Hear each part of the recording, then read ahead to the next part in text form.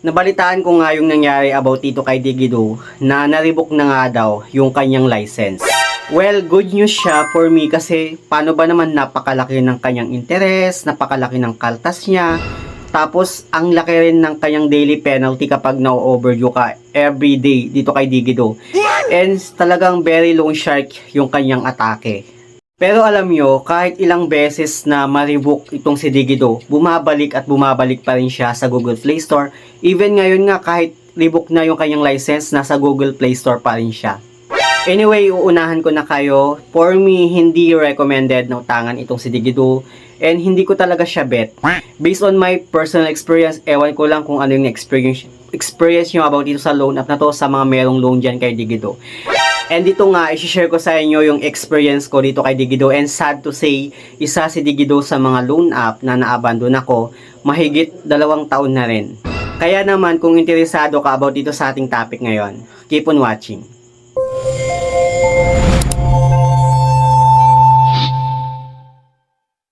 Hello guys, it's Ciel Mariano and welcome back to my YouTube channel.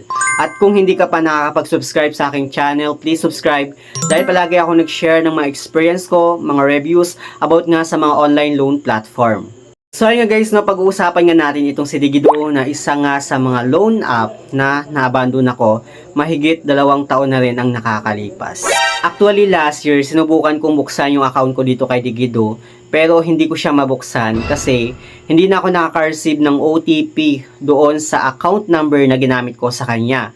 And yeah, sinubukan ko lang siyang buksan kasi gusto kong masilip kung magkano na talaga yung total na interest na pinatong niya sa akin dahil nga na-overdue na nga ako sa kanya ng mahigit 2 taon. And meron akong vlog about dito kay Digido, no? Ito yung dati kong vlog sa kanya. If hindi nyo pa siya napapanood, panoorin nyo lang or ilalagay ko lang dyan sa may comment section yung link nitong video na to. Siguro kaya hindi na ako makareceive ng OTP doon sa account number na ginamit ko dito kay Digido. Siguro dahil naban na yung account ko sa kanya. Pero sa last na vlog ko, pinakita ko doon kung magkano yung total na interest na pinatong ni Digido in 239 days. So doon nga, sa dati kong vlog, sinabi ko doon na 8,000 lang yung nahiram ko kay Digido. Tapos meron pa siyang kaltas. Then, parang yung total na babayaran ko is 12,000. And yung na-overdue na nga ako sa kanya ng almost 239 days, yung total na babayaran ko sa kanya is 34,000 plus na. Actually, responsibilidad naman din talaga natin na bayaran yung mga utang natin. Pero kung ganito yung mga loan app na kagaya kay Digido, na may kaltas na nga, tapos meron pa siyang patong na interest, tapos kapag na-delay ka lang ng payment, sobrang laki agad ng patong na kanyang penalty. Which is hindi na siya makatarungan kasi ibabaon ka talaga niya sa utang. Anyway, bakit nga ba ako na-overdue dito kay Digido at isa siya sa mga loan app na na-abandon ako? Well, in-explain ko na siya dati sa vlog ko. Ayan siya guys, no? Ilalagay ko lang dyan sa my screen. Doon ko na siya in-explain guys. Pero dito, syempre, bibigyan ko rin kayo ng idea para hindi nyo nahanapin yung video ko na yun. And dito nga, isa nga si Digido sa mga loan app na na-abandon ako dahil sa sobrang bigat nung time na yon sa tapal-tapal system. So far, okay naman itong si Digido doon sa first na loan mo sa kanya kasi maiinganyo ka talagang umutang dahil nga 0% interest siya doon sa first na loan mo. Pero yung 0% interest na yun guys, 7 days repayment lang siya. So after 7 days, nabayaran mo na siya, mag-offer ulit yan si Digido ng loan sa'yo. Pero yun is 30 days na yung kanyang loan term. But napakalaki ng kaltas niya at napakalaki din ng kanyang interest. And by that time, wala akong choice kundi umutang dito kay Digido. Pero yung nautang ko sa kanya, hindi ko rin naman nagamit, kundi binabayad ko din sa iba ko pang mawala. Kasi sobrang, hindi ko na namamalayan that time na ang dami ko na palang na utangan, na ola. And yung maola na yun guys, no, hindi ko rin nagagamit yung manautang ko sa kanila. Kasi ang nangyayari, pag uutang ka sa isang ola, ibabayad mo sa isang ola, tapos gano'n ulit, uutang ka sa isang ola, ibabayad mo na naman sa isang ola. So, hindi mo nagamit yung nautang mo sa kanila. So, nagiging gano'n na lang yung rotation niya, no? Like, uutang ka sa isang ola, ibabayad sa isang ola, tapos uutang ulit sa isang ola, ibabayad naman sa isang ola. Hindi mo na din talaga makokontrol, tapos palaki ng palaki yung offer nila sa'yo, pabigat ng pabigat yung mga interest, pabigat ng pabigat yung mga binabayaran mo. Dumadating nga sa point na halos talagang nabaon talaga ako nung time na yun sa utang. And dumating pa nga sa point na nagsangla na ako ng cellphone ko para makabayad sa iba kong utang, sa mga ola. Pero hindi pa rin sapat kasi guys, sobrang laki ng mga interest nila, sobrang laki ng mga penalty nila, tapos nangaharas yung mga agent nila, tumatawag sa'yo, tumatawag sa mga kamag-anak, sa mga contact list mo. So, nakakatakot nung time na yon, and sobra akong na-depress sa ganong sistema.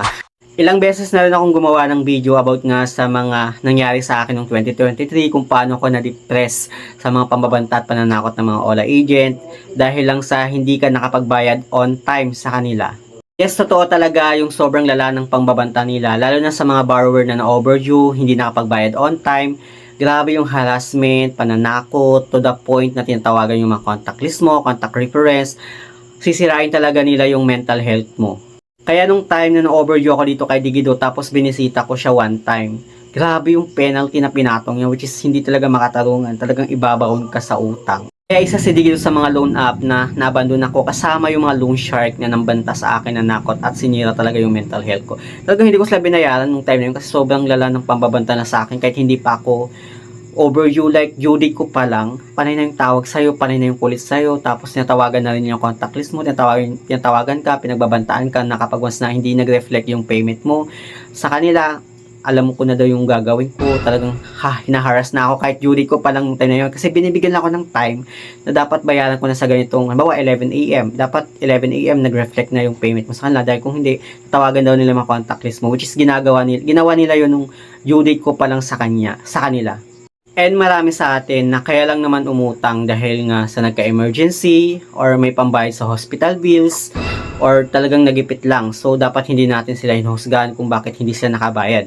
Well, siguro for me, kaya namang bayaran kung madali lang talagang pakiusapan yung mga OLA agent. Kagaya ng mga loan shark. Itong mga loan shark na to, na kahit sobrang pakiusapan mo, kahit magmakaawa ka pa sa nila, hindi yan sila pumapayag kasi talagang haharasin ka nila kapag basta hindi ka nakapagbayad sa kanila. Wala namang nakukulong sa utang, pero malaki yung impact sa credibility natin kapag once na hindi tayo nakakapagbayad sa mga utang natin. Like itong si Digido, nagre-report siya sa SEC, nagre-report din siya sa CIC dati.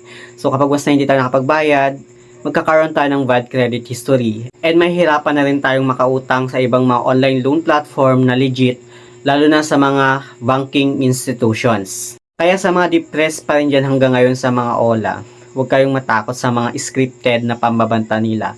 Yung mga text messages nila sa'yo, scripted lang yan, naka-send to many. Hindi lang kayo yung tinitext, kundi marami sa atin na mga hindi nakapagbayad sa kanilang loan apps. And marami na ring mga online lending company na na-raid dahil nga sa maling gawain ng paniningil nila. Kaya huwag kayong matakot sa mga pambabanta nila. So, yun lang naman yung gusto kong i-share sa inyo. Sana meron kayong natutunan. Anyway, sa mga hindi pa pala nakakapag-subscribe sa aking YouTube channel, please don't forget to like, share, and subscribe. Click the notification bell para lagi kang updated sa aking mga susunod na video. Thank you guys, thank you for watching, and see you on my next video. Bye!